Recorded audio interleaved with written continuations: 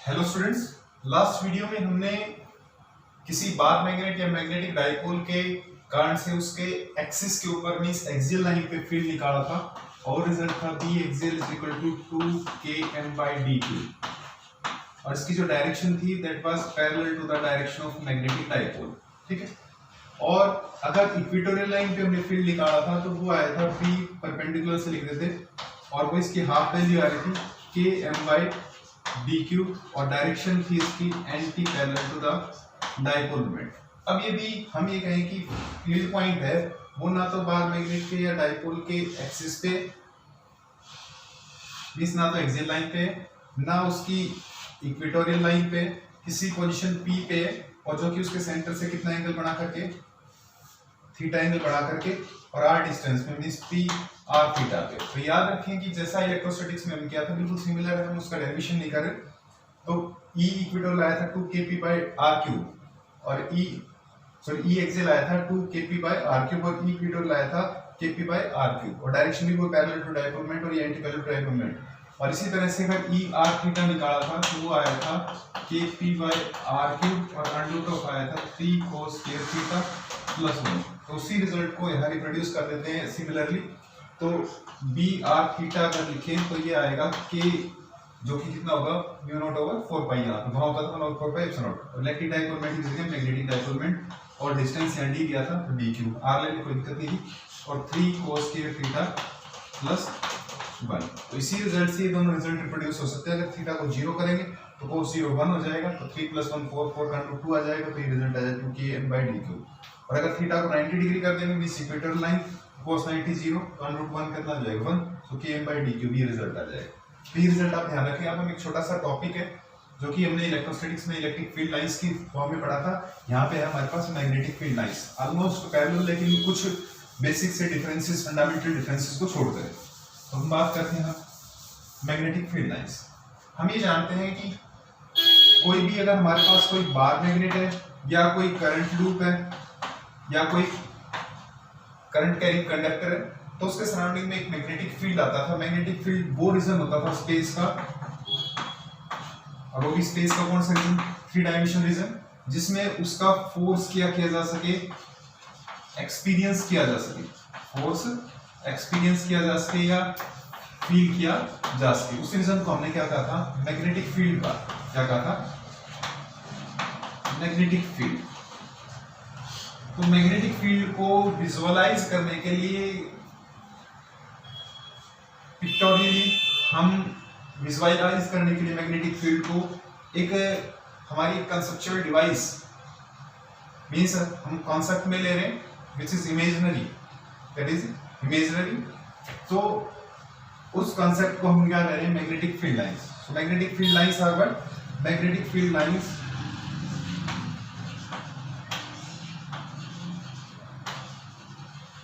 Are imaginary curves.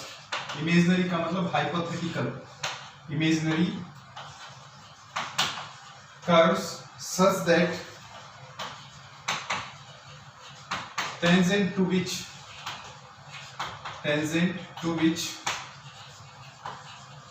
at any point, अगर उस curve के किसी पॉइंट पे हम टेंजेंट ड्रा कर दें तो वो उस पॉइंट पे मैग्नेटिक फील्ड की डायरेक्शन को इंडिकेट करेगा। such that tangent to which at any point gives the direction of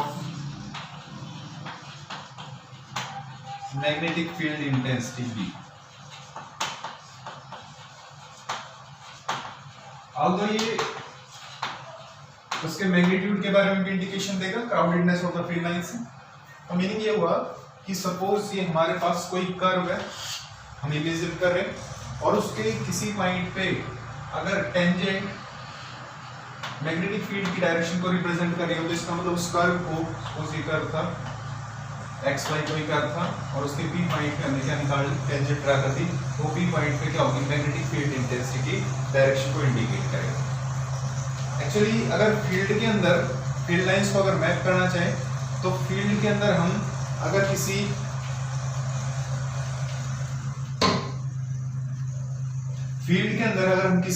compass को, नंबर ऑफ कंपास मतलब छोटी मैग्नेट अगर रखते हैं उस कंपास को, सपोज ये कोई कंपास है और उस कंपास को मैग्नेटिक फील्ड में रखेंगे, सपोज ये नॉर्थ पोल और ये साउथ पोल। आपको पता है कि जब किसी कंपास को, किसी मैग्नेटिक कंपास का मतलब मैग्नेटिक डायपोल है साउथ टू नॉर्थ, तो किसी जब मैग्नेटिक डायपोल को किसमें रखते हैं, मैग्नेटिक फील्ड में, तो उस पे क्या काम करता है, टॉर्क। टॉर्क कितना काम करता है, tau is equal to mv sin theta, या आपने वेक्टर फॉर्म में लिखा था m क्रॉस b, ठीक है।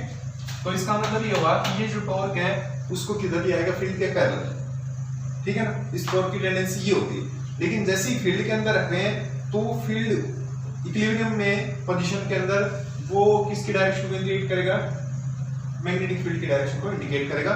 तो यदि अगर हमारे पास बहुत सारे कंपास हो और कंपास को किसी करंट कैरिंग कंडक्टर या पैरामैग्नेट के पास में रख दें, तो जिधर की तरफ ओरिएंटेशन होगी मैग्नेटिक कंपास के निडल की, वो डायरेक्शन किसकी होगी, मैग्नेटिक फील्ड इंटेंसिटी की, उस पॉइंट पे इंस्टेंटेनियसली, ठीक है, उस पर्टिकुलर पोजीशन के ऊपर।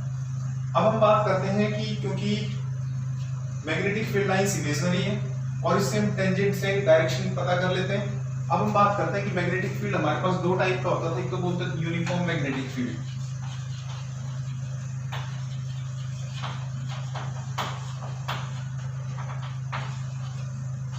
यूनिफॉर्म मैग्नेटिक फील्ड का मतलब both in terms of magnitude and direction, means magnitude भी सेम रहे और डायरेक्शन भी सेम रहे। तो अगर कहीं किसी रीजन के अंदर फील्ड यूनिफॉर्म है, इसका मतलब वो equally spaced magnetic field line से रिप्रेजेंट किया जाएगा, इक्वली स्पेस्ड। सपोज इस प्लेन ऑफ द बोर्ड के अंदर, अगर ये प्लेन ऑफ द बोर्ड से बाहर की तरफ आ रहा होता तो डॉट से लिखते, और प्लेन ऑफ द बोर्ड में इनवर्ट जा रहा होता तो क्रॉस से, वो भी हम इक्वली स्पेस्ड लिखेंगे। ये अगर हमने लिखे प्लेन ऑफ द बोर्ड के इनवर्ट मैग्नेटिक फील्ड लिखा कोई, ठीक है, बी इनवर्ट, ये भी यूनिफॉर्म मैग्नेटिक फील्ड है। और अगर आउटवर्ड आता, बाहर की तरफ आ रहा होता है ऐसे आपकी तरफ, तो आप उसको किससे लिखते हैं, डॉट से लिखते हैं। तो ये भी हमने डॉट से लिख दी। डॉट को सर्किल में बंद करना चाहो तो सर्किल में बंद कर दो, ठीक है, डिस्टिंग्विश करने के लिए। इनको भी अगर सर्किल में बंद करना चाहो तो कर सकते हो, आपकी मर्जी है इसके, ठीक है, सिंपल क्रॉस में लिख सकते हो। तो ये आपके पास कैसा होगा, यूनिफॉर्म मैग्नेटिक फील्ड होगा अगर इनकी स्पेसिंग कैसी सेम रिप्रेजेंट करे तो। ये तो यूनिफॉर्म मैग्नेटिक फील्ड। यदि अगर किसी रीजन के अंदर मैग्नेटिक फील्ड की मैग्नीट्यूड या डायरेक्शन या दोनों चेंज हो, तो हम उस फील्ड को यूनिफॉर्म नहीं कहेंगे, उसको कहेंगे non uniform. Non uniform magnetic field में आइदर मैग्नीट्यूड चेंजेस और द डायरेक्शन चेंजेस। तो इसका मतलब ये हुआ कि अगर किसी नॉन यूनिफॉर्म मैग्नेटिक फील्ड की बात करें, तो नॉन यूनिफॉर्म फील्ड जो होगा वो आप इस तरह से दिखा सकते हैं, अनइक्वली स्पेस्ड। यहाँ स्पेसिंग देखो कम है, यहाँ स्पेसिंग क्या होगी, बढ़ गई। ये कैसा फील्ड होगा, नॉन यूनिफॉर्म हो जाएगा, पैरेलल लाइन से लिख दिया हमने। या फिर अगर ये फील्ड लाइंस आप ये कहते हैं कि किसी रीजन के अंदर एक्सपेंड हो रही है, एक्सपेंड का मतलब डाइवर्जिंग फील्ड, ऐसा फील्ड है डाइवर्जिंग, तो ऑब्वियसली यहाँ पे जो फील्ड की स्ट्रेंथ है कम है और यहाँ पे फील्ड की स्ट्रेंथ क्या है, ज्यादा, क्राउडेडनेस यहाँ पे ना, और ऐसे हो मींस कन्वर्जिंग हो, तो आप इसको कैसा कन्वर्जिंग फील्ड बता देंगे, कन्वर्जिंग नॉन यूनिफॉर्म फील्ड और डाइवर्जिंग नॉन यूनिफॉर्म फील्ड, ठीक है। अब हम बात करते हैं मैग्नेटिक फील्ड लाइंस की कुछ बेसिक सी प्रॉपर्टीज की, properties of magnetic field lines.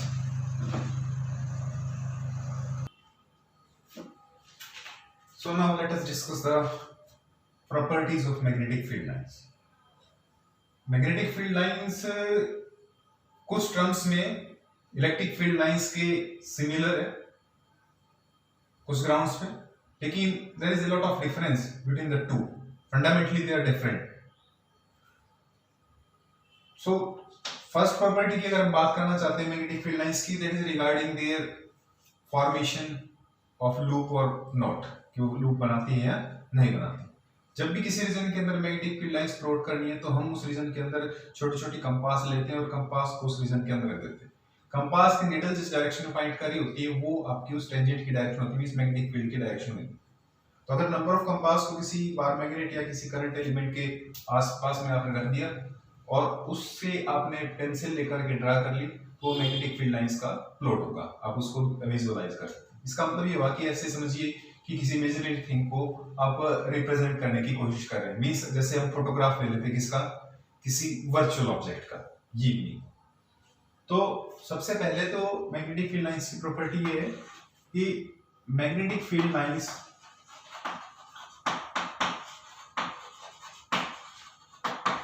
forms closed loops while electric field lines closed loop नहीं बनाती थी। क्लोज लूप बनाने का मीनिंग ये भी हो गया कि डाइवर्जेंस ऑफ मैग्नेटिक फील्ड कितनी होगी, 0। इसको हम ऐसे लिख सकते हैं, और div of B, divergence of magnetic field is 0। और डाइवर्जेंस 0 का मतलब कुल बिखराव 0। इसका मतलब यह किसी रीजन के अंदर, सपोज ये पॉइंट मान लिया मैंने, इस पॉइंट से अगर मान लो जितनी आउट गई उतनी वापस क्या आ जाए इन, जितने की गई आउट उतनी आ जाए इन, जितनी आउट गई उतनी क्या आ जाए इन आ जाए। तो इसका मतलब मैं ये कहूंगा कि मैग्नेटिक जो फील्ड लाइंस है उन फील्ड लाइंस ने क्या बनाए भाई, क्लोज लूप बनाए। फील्ड लाइन से क्या बनाए, क्लोज लूप बनाए। कहने का मतलब ये हुआ कि मैग्नेटिक फील्ड लाइंस कैसे लूप बनाती है, क्लोज लूप बनाती है। क्या बनाती है, क्लोज लूप। अपने जो स्ट्रेट कंडक्टर के लिए लूप के लिए शेप में ड्रा करी थी, डायरेक्शन भी देखी। तो इससे एक बात ये सिग्निफाई होती है कि कुल बिखराव तो तब 0 होगा, यूं समझे कि हमारे पास एक ऐसा रूम जिसके अंदर केवल एक ही दरवाजा हो, पहले अगर ये माने, तो उससे या तो कुल बिखराव होगा, कुछ लोग बाहर निकल गए या कुछ एंटर कर गए, तो नेट डाइवर्जेंस या नेट कन्वर्जेंस आएगी, 0 तो नहीं आएगी, नॉन 0 आएगी ना। तो इसका मतलब ये हुआ कि यदि अगर अकेला पोल होता तो डाइवर्जेंस क्या आती, नॉन 0 आती। तो इसका मतलब ये हुआ इस पोल के साथ ही किसका काउंटर पोल और एग्जिस्ट कर रहा है। नॉर्थ के साथ कौन एग्जिस्ट कर रहा है, साउथ और एग्जिस्ट कर रहा है, ताकि जो कुल बिखराव है वो कितना है, 0 है। तो इसका मतलब ये हुआ नॉर्थ के साथ कौन एग्जिस्ट कर रहा है, साउथ एग्जिस्ट कर रहा है। इसका मतलब ये हुआ कि आप इसको इस तरह से लिख सकते हैं, closed integral B dot ds को, कि magnetic lines forms close loop, ठीक है, एज, और या फिर इसको इस तरह से लिख सकते हैं, magnetic dipole exist, magnetic dipole exist, या दूसरे टर्म में ऐसे कह सकते हैं कि monopole do not exist. Magnetic monopole do not exist, magnetic monopole exist नहीं करता, ठीक है। तो ये कैसे हमने कंपनसेट किया इसको, कि इसको 0 ऐसे कहेंगे, close integral B dot ds, ठीक है। इसको गोल्स थ्योरम ऑफ मैग्नेटोस्टैटिक्स कहते हैं, इक्वल टू 0। तो अगर मान लो सपोज हमारे पास कोई एलिमेंट है, म्यू नॉट और 4 पाई लिख दिया मैंने, म्यू नॉट भी लिख सकते हो itself, plus m north pole, तो इसका मतलब ये सोर्स हो गया। तो यहाँ पे तो आपको पता चला है कहाँ से दौड़े हो आप, यहाँ से दौड़े, यहाँ से दौड़े, यहाँ से दौड़े। अगर किसी क्लोज ट्रैक के ऊपर आप दौड़ रहे हो, कोई इनिशियल पॉइंट नहीं, कोई स्टार्टिंग पॉइंट नहीं, कोई टर्मिनेशन पॉइंट नहीं, क्लोज लूप की तो यही बात है कि कहीं से ही चल पड़े हो, पता नहीं ना कहाँ है, श्योर नहीं है, तो पता नहीं नॉर्थ पोल स्टार्टिंग पॉइंट है या साउथ पोल स्टार्टिंग पॉइंट है, कोई इनिशियल पॉइंट नहीं है, कोई टर्मिनेशन पॉइंट नहीं है, क्योंकि body of the bar magnet के बाहर की बात करें तो मैग्नेटिक फील्ड लाइंस चलती हैं नॉर्थ से और साउथ, नॉर्थ से साउथ, और अंदर चलती है साउथ से नॉर्थ। मींस कैसे लूप बन गए भाई, क्लोज लूप बन गए। कैसे लूप बन गए, close loop. Magnetic field lines ने कैसे लूप बनाए, क्लोज लूप बना मैग्नेटिक फील्ड लाइंस, ठीक है। बाहर तो निकलेंगे नॉर्थ से साउथ और अंदर चलेंगे नॉर्थ साउथ से नॉर्थ। तो बाहर तो चल रही है नॉर्थ से साउथ और अंदर चल रही है साउथ टू नॉर्थ। ये तो आउटसाइड की बात है, और ये किसकी बात है, इनसाइड की बात है, ठीक है। तो बहुत ही इंपॉर्टेंट पॉइंट है जिसको इलेक्ट्रोस्टैटिक्स की फील्ड लाइंस या charges magnetic monopoles isolated charge के एग्जिस्टेंस से डिफरेंशिएट करता है, क्योंकि वहां हम ये कहते थे कि close integral E dot ds कितना आता था, Q by epsilon. Means electric field का जो सोर्स है कौन होता था, चार्ज, पॉजिटिव चार्ज होता था। तो पॉजिटिव चार्ज से तो क्या होती थी, इलेक्ट्रिक फील्ड लाइंस क्या होती थी, डाइवर्ज होती थी। मींस नेट डाइवर्जेंस आया ना, सोर्स हो गई। या अगर आपके पास नेगेटिव चार्ज होता था तो इलेक्ट्रिक फील्ड लाइंस क्या करती थी, वहां पे कन्वर्ज करती थी, मींस नेट कन्वर्जेंस। तो नेट कन्वर्जेंस या डाइवर्जेंस आता था, इसका मतलब ये टर्म नॉन जीरो आती थी।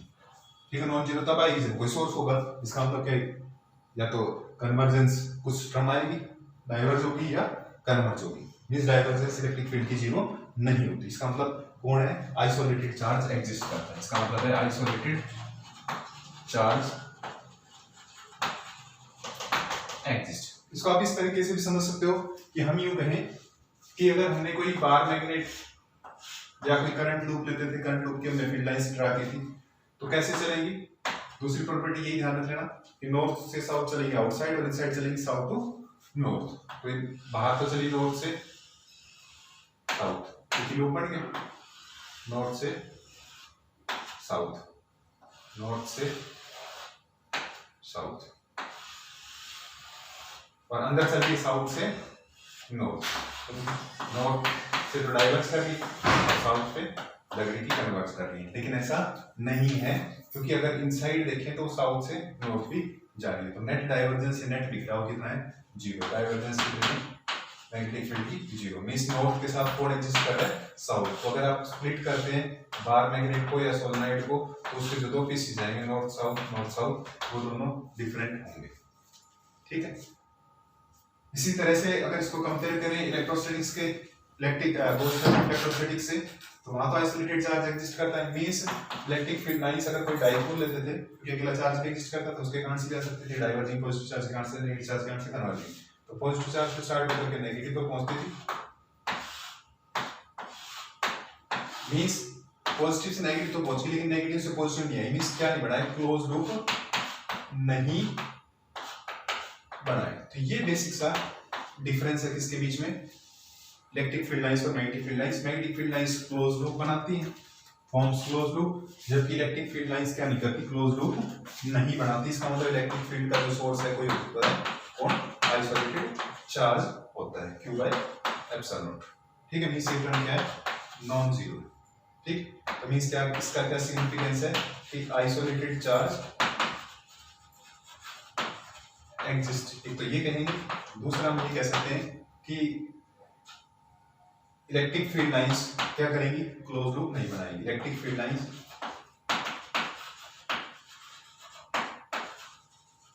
Do not form close loop.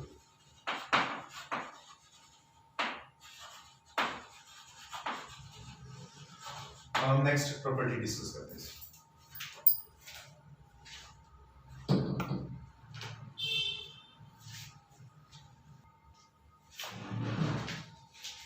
So secondly, जो मैग्नेटिक फील्ड लाइंस हैं, अगर किसी बार मैग्नेट की बात करेंगे तो वो स्पेस के अंदर तो चलेंगे नॉर्थ टू साउथ, और जो मैग्नेटिक मटेरियल है उसके इनसाइड, ये तो आउटसाइड की बात है, आउटसाइड द बार,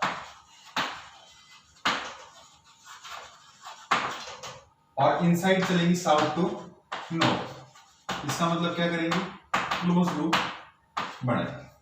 ठीक, तीसरी चीज ये कि अगर मैग्नेटिक फील्ड लाइंस के किसी पॉइंट पे हम टेंजेंट ड्रा कर देते हैं, तो वो टेंजेंट उस पॉइंट पे मैग्नेटिक फील्ड की डायरेक्शन को इंडिकेट करता है। Means the tangent drawn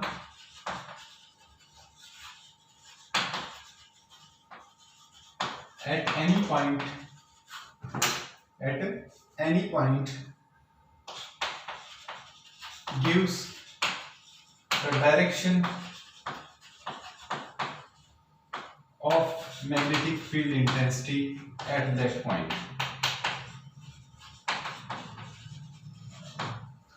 next, अगर किसी रीजन के अंदर मैग्नेटिक फील्ड लाइंस की डेंसिटी या क्राउडेडनेस ज्यादा है, तो वहां उस रीजन के अंदर फील्ड स्ट्रॉन्ग है, और जहां पे क्राउडिंग कम है, मींस डाइवर्जेंस से बिखराव है, उस रीजन के अंदर फील्ड क्या है, वीक है। मींस क्राउडेडनेस और density of field lines represents the strength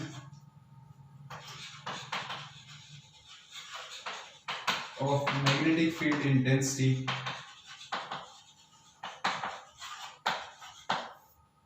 in that region.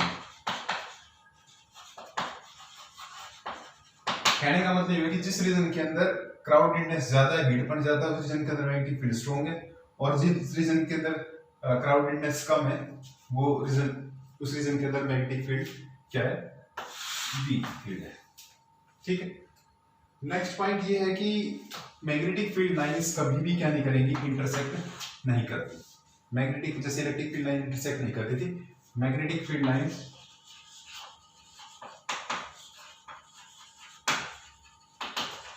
Never intersect. तो वहां जैसा ट्रीटमेंट किया था वैसे यहां कर लेते हैं। हम ये मान लेते हैं कि हमारे पास दो कर्व्स थे या पाथ थे, एक 1 और एक 2। बाय डेफिनेशन अगर किसी पॉइंट पे इंटरसेक्ट करते तो उस पॉइंट ऑफ इंटरसेक्शन पे सपोज P है, तो लाइन 1 की मैं टेंजेंट ड्रा करूंगा तो P पॉइंट पे मैग्नेटिक फील्ड की डायरेक्शन को बताएगा। ठीक है, लेकिन अगर उसी पॉइंट पे अगर पाथ 2 की टेंजेंट ड्रा करेंगे तो वो मैग्नेटिक फील्ड की डायरेक्शन P डैश कह दिया सपोज, वो P पॉइंट पे मैग्नेटिक फील्ड की डायरेक्शन को बताएगा। तो इसका मतलब मैग्नेटिक फील्ड की एक पॉइंट पे दो डायरेक्शन होगी, जबकि ये पॉसिबल नहीं है। Magnetic field has a unique direction, तो इसके अकॉर्डिंग क्या होगी, दो डायरेक्शन होगी, तो दो डायरेक्शन पॉसिबल है नहीं, तो इसका मतलब दोनों लाइंस क्या नहीं कर सकती, इंटरसेक्ट नहीं कर सकते। हम इस रीजन में कहेंगे कि लेट इट पॉसिबल कि two line intersect at a point P से। ठीक है, then we can draw two tangents at that point, एक कर्व 1 पे एक कर्व 2 पे, और दो टेंजेंट का मतलब दो डायरेक्शन, और दो डायरेक्शन किसी एक पॉइंट पे नहीं हो सकती क्योंकि because at A given point magnetic field has a unique direction. तो ये इसका मतलब क्या है, इम्पॉसिबल हो गया, इसका मतलब मैग्नेटिक फील्ड लाइन इंटरसेक्ट नहीं करती। सेकंड नेक्स्ट की मैग्नेटिक फील्ड लाइंस ऑल्दो आपके पास इमेजिनरी है, बट हम इसको प्लॉट कर सकते हैं। Magnetic field lines can be plotted using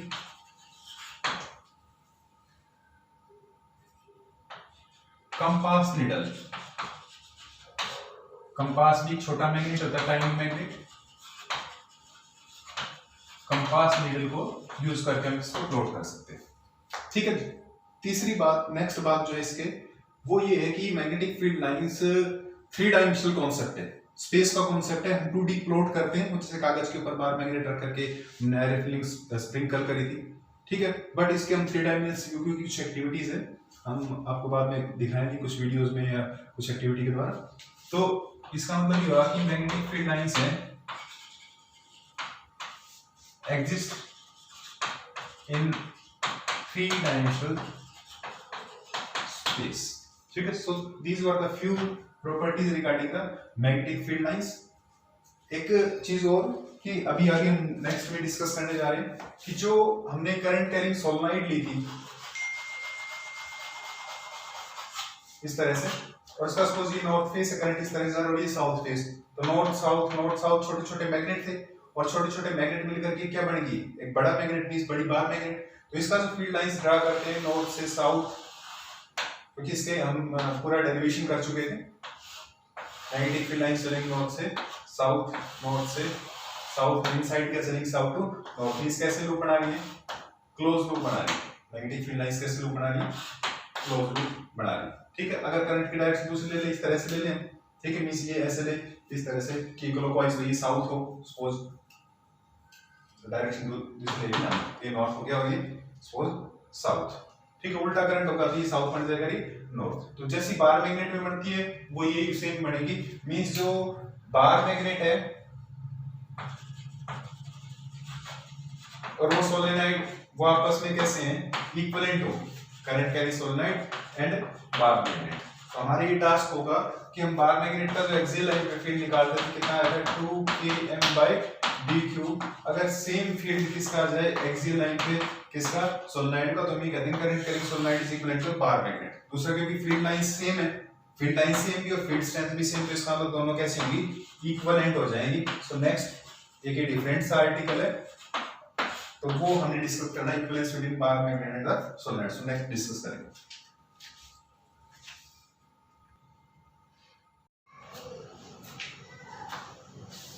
So students, now we discuss the equivalence between solenoid and a bar magnet. अगर हम बार मैग्नेट और सोलेनोइड को इक्विवेलेंट एक दूसरे के मींस सोलेनोइड को बार मैग्नेट के इक्विवेलेंट ट्रीट करें तो तभी ट्रीट कर सकते हैं हम जब सोलेनॉइड और बार मैग्नेट सेम डायरेक्शन में और सेम स्ट्रेंथ का फील्ड जनरेट कर रहे हो, तो हम कहेंगे कि दोनों के बीच में इक्विवेलेंस है। तो आपको ये पता है कि अगर हम बार मैग्नेट की बात करते हैं, सपोज इसका साउथ पोल बोल दिया, ये नॉर्थ पोल बोल दिया, तो magnetic field lines north pole से निकलती थी और चलती थी साउथ की तरफ, अंदर चलती थी साउथ टू नॉर्थ और बाहर चलती थी नॉर्थ टू साउथ।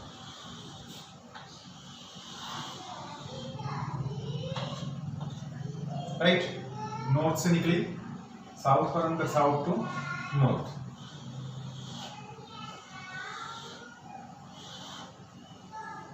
नॉर्थ से निकली साउथ और अंदर साउथ टू नॉर्थ।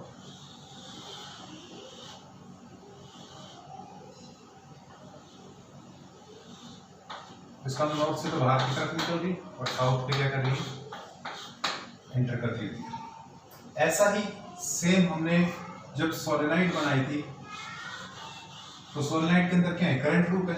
अगर सपोज इस फेस का करंट एंटी क्लॉकवाइज है, तो ये साउथ बनेगा, ये नॉर्थ, फिर इसका साउथ नॉर्थ, और इस तरह से छोटी छोटी मैग्नेटिक डाइपोल मिल करके भी छोटी छोटी बार मैग्नेट्स, छोटी छोटी मैग्नेट्स मिल करके एक बड़ी मैग्नेट बना देंगे, इसको ओवरऑल साउथ और ओवरऑल नॉर्थ। तो इसके कारण से भी जो मैग्नेटिक फील्ड आपने निकाला था कैसे आया था, एक्सिस के अलोंग आया था, इस तरह से। तो इसमें भी एक्सिस के अलोंग है, और अगर देखें तो इस तरह से नॉर्थ से निकल करके साउथ की तरफ, ठीक है, ये फील्ड लाइंस नॉर्थ से निकल करके ऐसे साउथ की तरफ चलती, नॉर्थ से निकल करके साउथ की तरफ, नॉर्थ से निकल करके साउथ की तरफ, नॉर्थ से तो ऐसे बाहर की तरफ निकल साउथ पे एंटर कर। इसका मतलब फील्ड लाइंस के बात करें तो लगभग प्रॉपर एक जैसी। और हम बार मैग्नेट के अगर एक्सिस पे फील्ड निकालते थे तो वो आता था 2km/dq और डायरेक्शन होती थी parallel to the magnetic dipole. अगर हम किसके केस में, सोलेनॉइड के केस में निकालें और वो भी फील्ड एक्सिस पे यही आ जाए सेम 2km/dq और इसी तरह का फील्ड आ जाए, तो आप कहोगे कि भी मैग्नेटिक फील्ड भी आइडेंटिकल है और मैग्नेटिक फील्ड लाइंस भी आइडेंटिकल। इसका दोनों कैसे हो सकती है, इक्विवेलेंट हो सकती है। ठीक है, तो इसके इक्विवेलेंट को डिस्कस करने के लिए हम इसके एक्सिस पे किसी पॉइंट पे फील्ड निकालेंगे और वो यही आ जाएगा, same like that of bar magnet के एक्सियल लाइन के ऊपर। तो इसके लिए जो रिजल्ट हमने यूज करना है वो हम एक पीछे यूज किया था कि करंट कैरिंग सर्कुलर लूप लेते थे हम, और करंट कैरिंग सर्कुलर लूप के एक्सिस पे किसी पॉइंट पे हमने फील्ड निकाला था, तो फील्ड एक्सिस के अलोंग गया है, ऐसे ही डायरेक्शन ली थी db। तो किसी करंट एलिमेंट के कारण से तो जो अगर ये डिस्टेंस होता था r और रेडियस इस लूप की a मानते थे, तो dp इज इक्वल टू लिखा जाता था μ0/4 twice of i into pi a square into total number of turns इस लूप के अंदर n है तो, और divided by x square plus a square raised to the power 3/2। और ये फील्ड किधर की तरफ आता था, अलोंग द एक्सिस आता था, मींस फ्रॉम ये फेस अगर साउथ है तो ये नॉर्थ है, तो मैग्नेटिक डाइपोल मोमेंट की पैरेलल डायरेक्शन के अंदर आता था। तो ये रिजल्ट मैं यूज करूंगा, तो मैं इसको यहाँ लिख देता हूँ ताकि आपको ध्यान रहे। dp इज इक्वल टू μ0/4 पाई, ठीक है, twice i into pi a square और n total number of loop, number of turns in the loop, और x square plus a square raised to the power 3/2, ठीक है, और direction parallel to the magnetic dipole moment. इसको मैं use करना चाहूंगा क्योंकि आपको पता है कि किसी सोलेनॉइड के अंदर क्या है, लार्ज नंबर ऑफ टर्न्स है, और large number of turns means magnetic dipole है। तो मैग्नेटिक डाइपोल जैसे करंट कैरिंग सर्कुलर लूप के सेंटर एक्सिस पे किसी पॉइंट पर आपने फील्ड निकाला तो उसको यूज करें। तो अब हम पहले बात करते हैं कि कोई क्या मान लिया, हम सोलेनॉइड मान लेते हैं। तो ये हमारे पास एक सोलेनॉइड है,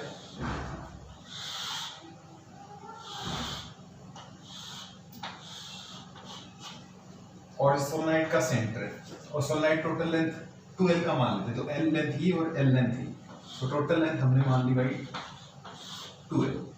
तो अगर इसको आप ओरिजिन कहें और ये सपोज x एक्सिस कहें, तो ये जो लेंथ एंड होगा ये x equal to plus l, और ये एंड होगा जो होगा x equal to minus l, ताकि माइनस l से 0 तक l और 0 to l ये l, तो टोटल 2l हो गया। ठीक है।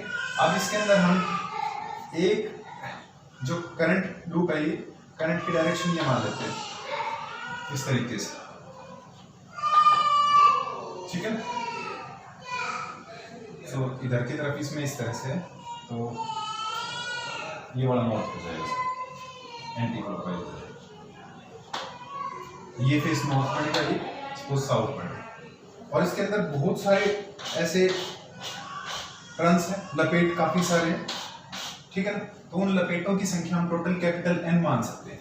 क्या मान सकते हैं? Capital N। पर एक एस्टिमेशन के लिए हम ये मान लेते हैं कि इसके अंदर number of turns per unit length, small n क्या है? Number of turns per unit, number of turns per unit length, means unit length के अंदर n है, ठीक है। dx लेंथ के अंदर n into dx, 2l length के अंदर n into 2l, l1 length के अंदर n into l1, ठीक है। x लेंथ के अंदर n into x, ठीक है। 2y के अंदर n into 2y, जैसा भी। और I मान लिया हमने current through single turn, current through single turn, और 2l हमने क्या मान ली? टोटल लेंथ, टोटल लेंथ मान ली, ठीक है। अब हम ये कहते हैं कि भाई जब इस सोलेनॉइड की बात करते हैं, सोलेनॉइड के अंदर तो बहुत सारे ऐसे लूप होंगे, करंट कैरी लूप, जिसके रिजल्ट हमने लिखा था। तो मैं एक कोई करंट लूप, ऐसा करंट ले अज्यूम कर लेता हूं, ठीक है। और कितनी dx थिकनेस का है वो आपके पास भाई dx थिकनेस का मान लिया, ठीक है। कहाँ पे है इसकी पोजीशन, इसका सेंटर कहाँ पे है? इस ओरिजिन से कितने डिस्टेंस पे, सेपरेशन पे से x सेपरेशन पे, ये जो सेपरेशन है कितना है? x। और मैं इसके एक्सिस पे फील्ड निकालना चाहता हूँ, और एक्सिस पे फील्ड कितने डिस्टेंस पे निकालना चाहता हूँ? सपोज इस P पॉइंट के ऊपर निकालना चाहता हूँ, जो कि बार मैग्नेट या सोलेनॉइड है, सोलेनॉइड के सेंटर से कितने डिस्टेंस के ऊपर है? से r डिस्टेंस में, कितने डिस्टेंस पे? r। तो आप ये कहोगे कि ये टोटल डिस्टेंस r है, ठीक है। इस पॉइंट पे फील्ड पॉइंट निकालना आपने, फील्ड पॉइंट है।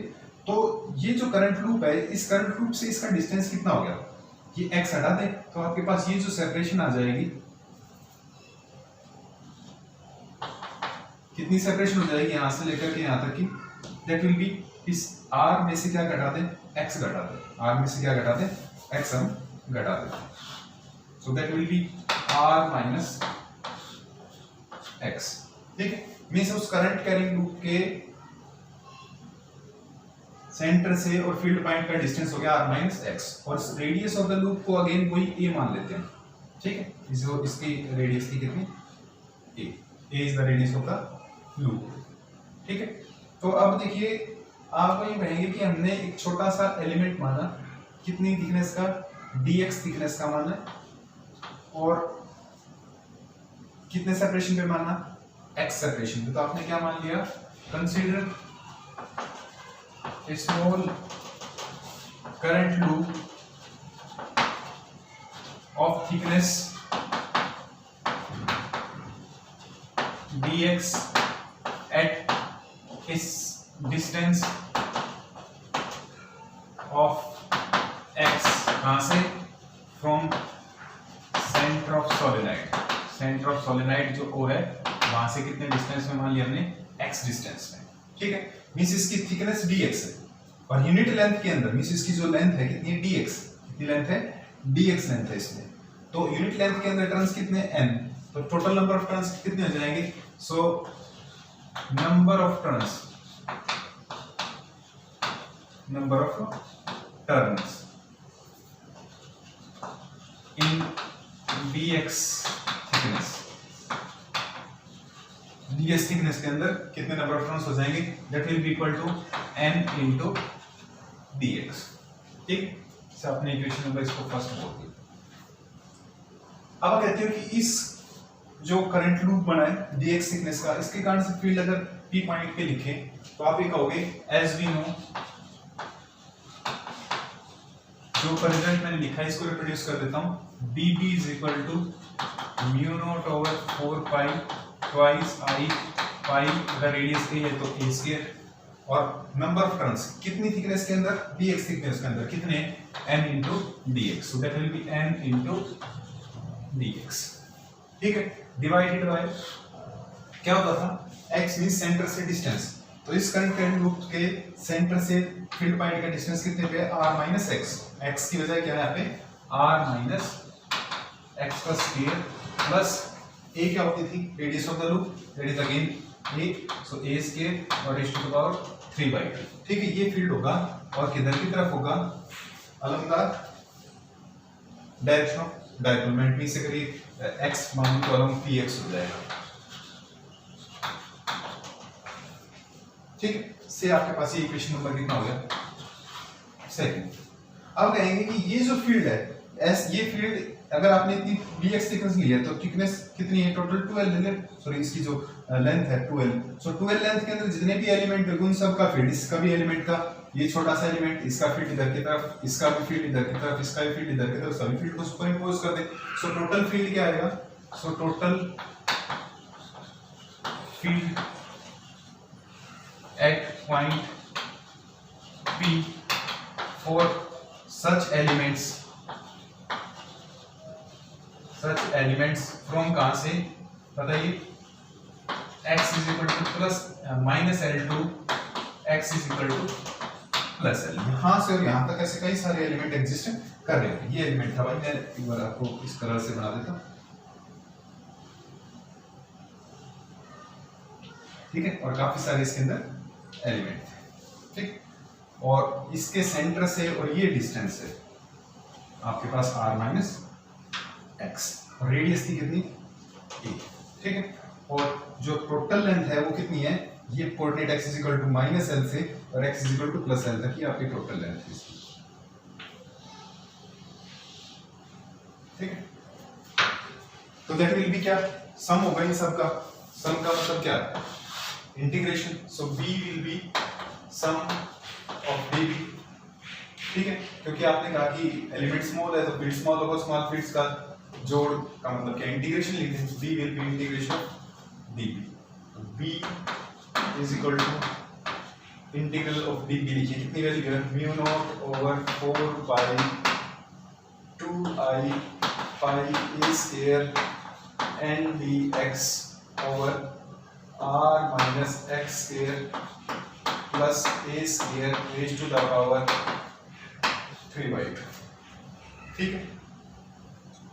अब इसमें देखिए कि वेरिएबल कौन है, ये constant mu not over pi, I current भी same, area of the loop भी सेम, ये सारी चीज भी सेम, तो क्या है, dx वेरिएबल है, तो सारी टर्म को क्या लिख दीजिए, बाहर लिख दीजिए, और x का जो लिमिट है वो कहां से, from minus L to plus L, तो इसकी जो इंटीग्रेशन की लिमिट लिखी जाएगी वो माइनस एल से और कहां लिखी जाएगी, प्लस एल तक लिखी जाएगी,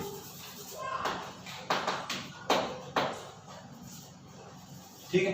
तो मैं सारी टर्मों को बाहर लिख देता हूँ, v is equal to mu not over 4 pi 2i pi a square और n स्मॉल है आपके पास, और r minus x square plus a square raise to the power 3/2। एक थोड़ा सा अप्रोक्सीमेशन करना हम पहले करना चाहें तो पहले कर सकते थे, किसी इक्वेशन के जस्ट बाद, इसके बाद भी कर देंगे, इंटीग्रेशन वैल्यूट करने के बाद तो कोई बात नहीं, और इंटीग्रेशन की लिमिट है minus L to plus L. मैं फिर बता दूं आपको, अगर इस लेंथ को टोटल l मानते तो इसको x equal to plus L by two, x equal to minus L by two ले, ठीक है ना, तो स्मॉल m इंटू 2l की बजाय m इंटू l आपकी मैग्नेटिक डाइपोल मोमेंट होगी उस केस में, हमारे पास यहाँ कितनी होगी, m into 2l that is capital M, सो ये हो गया इंटू dx, 1 dx का इंटीग्रेशन कितना होता है भाई, x, तो आपके पास ये हो गया v is equal to mu naught over 4 pi 2i pi a square n by same reproduce करके भाई r minus x square plus a square raised to the power 3/2, ठीक है, और 1 dx का इंटीग्रेशन हो गया कितना भाई, x, और x का लिमिट होगी minus L to plus L, तो देखिए जब इस वेरिएबल पे लिमिट रखेंगे, variable replace by upper limit plus L, minus में variable replace by lower limit is minus L, तो ये कितना हो गया, l minus minus plus L, तो कितना आ गया आपके पास 12, तो डायरेक्टली मैं 12 लिख दूं, ठीक है, तो मैंने इसको क्या लिख दिया 12 मेंशन कर देता हूं, ठीक है, सो b इज इक्वल टू कहां निकाल रहे हो, एक्सिस पे निकाल रहे हो, फिर तो मैं b एक्सियल बोल देता हूं इसको, b एक्सियल, ठीक, जी आ गया आपके पास mu not over 4 pi 2i pi a square small n r minus x square plus a square raise to the power 3/2, ठीक है। और ये टर्म हो गया आपके पास कितनी, l और minus minus l, that will B minus minus plus, so l plus l कितना लिखूं मैं, 2l लिख देता हूं, ठीक है। दैट इज इक्वेशन नंबर आपका आ गया थर्ड। अब कुछ टर्म रीअरेंज करनी है और एक अप्रोक्सीमेशन लगाना। अप्रोक्सीमेशन क्या लगाना है कि भाई हम ये कहते हैं कि ये दो टर्म है r माइनस एक्स और a स्क्वायर। तो पहले r की बात करते हैं, तो r तो ये फील्ड पॉइंट का डिस्टेंस है, ये इस रेडियस के कंपैरिजन में काफी लार्ज है, मतलब सपोज इसको पार्ट मैग्नेट माने तो इसकी रेडियस तो a और फील्ड पॉइंट लार्ज डिस्टेंस में इस r किससे ज्यादा है, a से ज्यादा है। r किससे ज्यादा है भाई, मच ग्रेटर देन a। दूसरी बात, अगर हम ये देखें कि इस लेंथ के अंदर ही है ये x है ना, तो इसका मतलब ये हुआ कि जो r है, r तो ज्यादा ही है और ये x इसके अंदर अंदर ही है, इसका मतलब x कम है किससे, r से, तो r से x भी क्या है, कम है। r जब x से कम है तो r माइनस x की जो टर्म होगी, r माइनस x की टर्म, ठीक है, तो उसमें से किसको ड्रॉप कर देंगे, x को। तो इसका मतलब ये वाली जो टर्म है फर्स्ट टर्म, ये क्या बन जाएगी, r स्क्वायर, और नेक्स्ट टर्म होगी आपके पास a square plus raise to the power 3/2। फिर हम कहते हैं कि r किससे ज्यादा a से, तो r का स्क्वायर तो a स्क्वायर से और भी ज्यादा होगा, तो a स्क्वायर को फिर ड्रॉप कर देंगे, a स्क्वायर को ड्रॉप कर देंगे तो r square raise to the power 3/2, ये स्क्वायर और स्क्वायर रूट कर जाएंगे तो कितना बच जाएगा, r क्यूब बच जाएगा, ठीक है। तो आप ये लिखोगे फॉर एन अप्रोक्सीमेशन, क्या अप्रोक्सीमेशन लगा रहे हैं कि r माइनस x है वो तो नियरली इक्वल टू x, किस, क्यों, क्योंकि r किससे ज्यादा है, x से ज्यादा है, and r is also much greater than a, so that r minus x का जो square plus a square term है, इस टर्म में से हम x को ड्रॉप करेंगे और x को ड्रॉप करने के बाद क्या ड्रॉप हो जाएगा, a भी ड्रॉप हो जाएगा, तो ये टर्म आपके पास क्या बच जाएगी, that will be what, r square, केवल क्या बच जाएगा, r स्क्वायर बच जाएगा। उस पूरे के पावर कितनी है, 3/2 है, तो 3/2 इसके ऊपर लगा दें तो ये स्क्वायर से स्क्वायर रूट कट जाएगा, तो ये आपके पास जो टर्म आ जाएगी कितनी आ जाएगी, that will B r cube. तो इसकी जगह मैं r क्यूब लिख देता हूं, इस जो नीचे वाली जो टर्म है इसकी जगह हम क्या लिख दें, r क्यूब लिख देते हैं। तो ये आ गया b axial is equal to mu not over 4 pi 2i pi a square, ठीक है, n into 2l और डिवाइडेड बाय कितना भाई, x क्यूब, और डायरेक्शन इधर की तरफ लिखी थी इसके along px, along px, that is equation number 4। Equation number 4 तक आ गया ये, ठीक है। अब तो रहा होगा आपको, मैं एक तो टर्म देखिए कि मैग्नेटिक डाइपोल मोमेंट हमने पढ़ा था m इज इक्वल टू कितना होता था, n into i into a, n का मतलब total number of turns. Total number of turns कैसे निकलेंगे कि आपने लिख रखा है कि सिंगल टर्न के अंदर n is the number of turns per unit length के अंदर नंबर ऑफ टर्न्स है, so total number of turns कितने होंगे, capital N, number of turns को कितने लेंथ से मल्टीप्लाई, लेंथ कितनी है 12, n into 2l अगर आपको मिल जाए कहीं पे तो उसको कैपिटल N मानेंगे, total number of turns, total number of turns, ठीक है। दूसरा i आपके पास स्मॉल i लिख रखते हैं यहाँ पे, एरिया ऑफ द लूप कितना होगा, पाई r square, sorry radius a है तो पाई a स्क्वायर, i और n की जगह कितना, स्मॉल n into 2l, तो small n into 2l into i into pi a square को आप क्या बोल सकते हैं, कैपिटल M बोल सकते हैं। तो मैं इसको इस तरह से रीअरेंज कर देता हूँ एक बार, b